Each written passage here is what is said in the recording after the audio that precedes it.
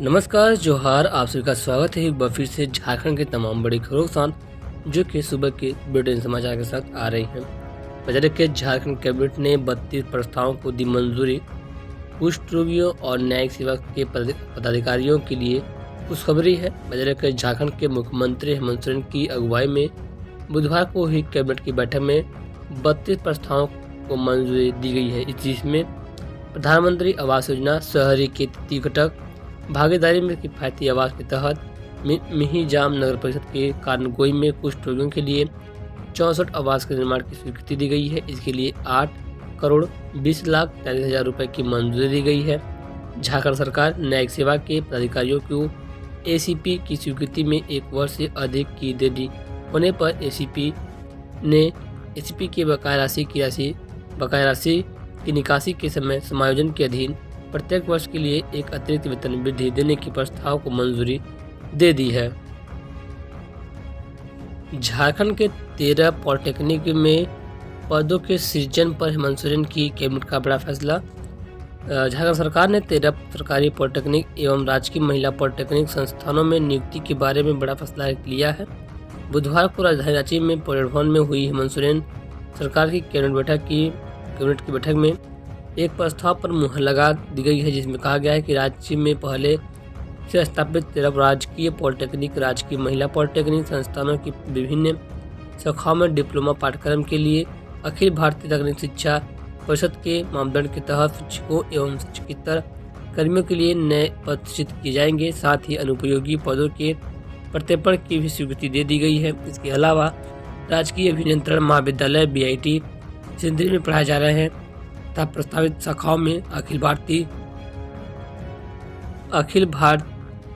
भारतीय तकनीक शिक्षा परिषद में के मापदंड के आलोक में नामांकन क्षमता के अनुसार शिक्षकों एवं आवश्यकतानुसार शिक्षकेतर कर्मियों के लिए पदों की रीस्ट्रक्चरिंग करने से संबंधित प्रस्ताव को कैबिनेट ने मंजूरी दे दी है। रांची के जाने माने शिक्षाविद RE सिंह नहीं रहे, शिक्षा जगत में शोक की लहर है। JVM श्यामली के पूर्व प्रिंसिपल रहे राम इकबाल सिंह का बुधवार को निधन हो गया। रांची के जाने माने शिक्षाविद ने ऑर्गेटिक अस्पताल में अंतिम सांस ली। उनके निधन से शिक्षा जगत में शोक की लहर दौड़ गई है। वह बिहार के सीतामढ़ी जिले के रहने वाले थे। विकास विद्या रांची में उन्होंने अध्यापन किया था, फिर कुटी कॉलेज आ गए थे। वहां से DAV श्यामली में प्राचार्य के पद पर रहे और रांची का सर्वश्रेष्ठ स्कूल का दर्जा उन्हीं के कार्यकाल में मिला था। झारखंड असिस्टेंट प्रोफेसर की नियुक्ति में न्यूनतम योग्यता में संशोधन। 2404 पदों पर जल्द होगी बहाली। JPSC राज्य में 2404 असिस्टेंट प्रोफेसर की नियुक्ति प्रक्रिया शीघ्र शुरू करेगा। राज्य सरकार ने असिस्टेंट प्रोफेसर की नियुक्ति के लिए न्यूनतम योग्यता में संशोधन कर दिया है।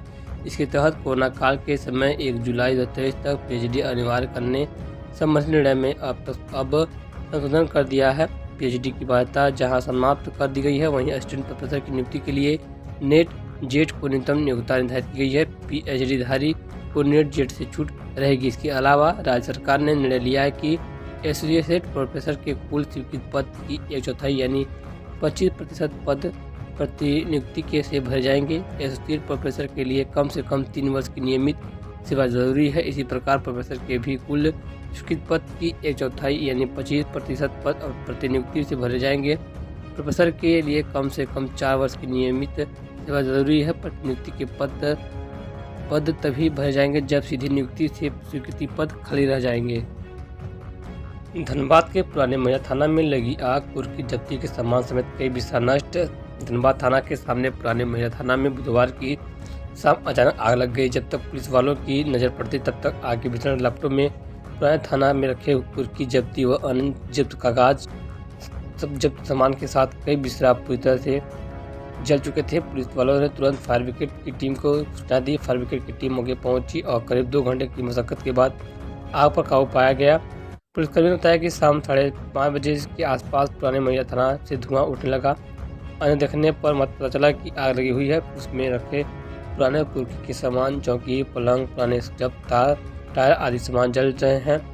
आग की लपटें तेज होने लगी। आग पुराने थाना के बगल में उगी झाड़ियों में पकड़ लिया। यहाँ वर्षों से जब्त पुरानी आधा दर्जन से ज़्यादा बाइक और एक टेम्पो भी था। वे भी जल जल गए। फायर ब्रिगेड की टीम ने आग पर काबू पाने का प्रयास शुरू किया। 3 बड़े दमकल से शाम 7:30 बजे तक आग पर पूरी तरह से काबू पा लिया गया। सरकार के विरुद्ध आंगनबाड़ी कर्मचारी संघ का दिल्ली में 11 दिसंबर को प्रदर्शन। आंगनबाड़ी कर्मचारी संघ जिला गुमला कार्य समिति की बैठक घाघरा आंगनबाड़ी केंद्र परिषद में जिलाध्यक्ष ममता देवी की अध्यक्षता में हुई। प्रदेश अध्यक्ष रीमा देवी ने कहा कि अखिल भारतीय आंगनबाड़ी कर्मचारी महासंघ के आह्वान पर केंद्र सरकार के विरुद्ध 11 दिसंबर को विशाल प्रदर्शन दिल्ली में किया जाएगा। इसमें देश के 24 प्रदेश की आंगनबाड़ी बहनें भाग लेंगी। रामचंद्र गोपकी ने कहा कि केंद्र सरकार ने आश्वासन दिया था कि आंगनबाड़ी बहनों को सामाजिक सुरक्षा पीएफ ग्रेजुएटी पेंशन के दायरे में लाएंगे, परंतु आज तक पूरा नहीं हुआ। जिला अध्यक्ष ममता देवी कहा कि गुमला जिले में से 1000 बहनें प्रदर्शन में भाग लेंगी।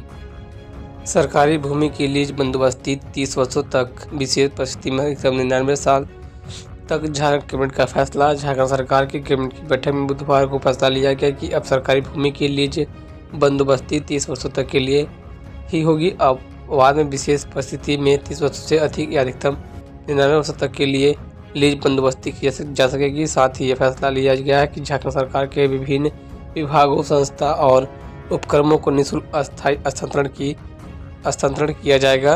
केंद्र सरकार की संस्था और उनके विभिन्न उपक्रमों को अपवाद में अस्थायी हस्तांतरण किया जाएगा। केंद्र सरकार और झारखंड की संस्था एवं उपक्रमों को छोड़कर किसी अन्य निजी संस्था, प्रतिष्ठान और कंपनी को सरकारी भूमि का अस्थायी हस्तांतरण नहीं किया जाएगा।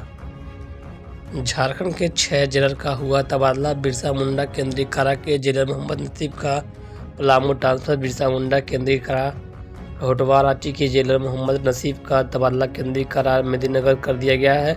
नसीब समेत 6 जेलर का तबादला किया गया है। कारा महानिरीक्षक कार्यालय ने बुधवार को इसकी अधिसूचना जारी की है। इसके मुताबिक रांची, जमशेदपुर, खूंटी, दुमका, पलामू और गिरिडीह के जेलर का तबादला कर दिया गया है। अधिसूचना के मुताबिक मोहम्मद नसीब अब पलामू के मेदिनीनगर केंद्रीय कारा के जेलर होंगे। वहीं जमशेदपुर के गिरिडीह केंद्रीय कारा के संजय कुमार श्रीवास्तव का तबादला गढ़वा कर दिया गया है। वहाँ गढ़वा मंडल कारा जेलर बनाए गए हैं। खूंटी कारा के रमाशंकर प्रसाद को केंद्रीय कारा दुमका के जेलर की जिम्मेदारी सौंपी गई है।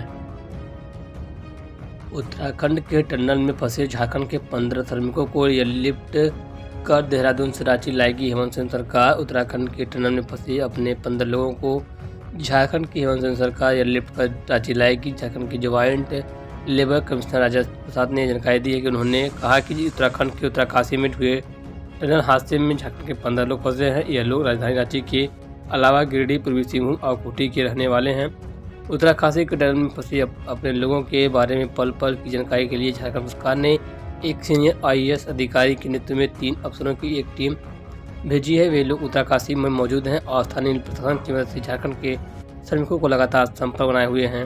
अधिकारियों ने अपने पाइपलाइन के जरिए झारखंड के श्रमिकों को बताया कि वे उनकी मदद के लिए उत्तरकाशी पहुंच चुके हैं। झारखंड सरकार उनके साथ है, वे हिम्मत न हारे, जल्द ही सभी लोगों को सुरक्षित बाहर निकाल लिया जाएगा। बुधवार को ज्वाइंट लेबर कमिश्नर ने कहा कि उत्तरकाशी में फंसे सभी 15 श्रमिकों को देहरादून से एयरलिफ्ट किया जाएगा। नहीं मिला झारखंड के ट्रेड सहायकों का वेतन मांग। झारखंड सरकार से आश्वासन पर एक बार फिर शिक्षकों को आश्वासन दे रही है। कैबिनेट की बैठक में भी मंजूरी नहीं दी गई। वेतन मांग को लेकर जो ट्रेड पास सहायक अध्यापक काफी समय से आंदोलन कर रहे हैं, उनके बारे में नहीं सोचा गया।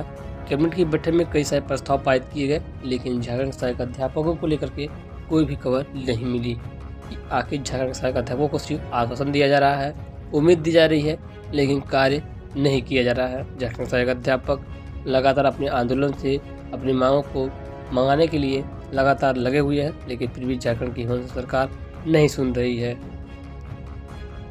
जम्मू कश्मीर के राजौरी में आतंकवादियों से मुठभेड़ में आगरा के निवासी कैप्टन शुभम गुप्ता का शहीद।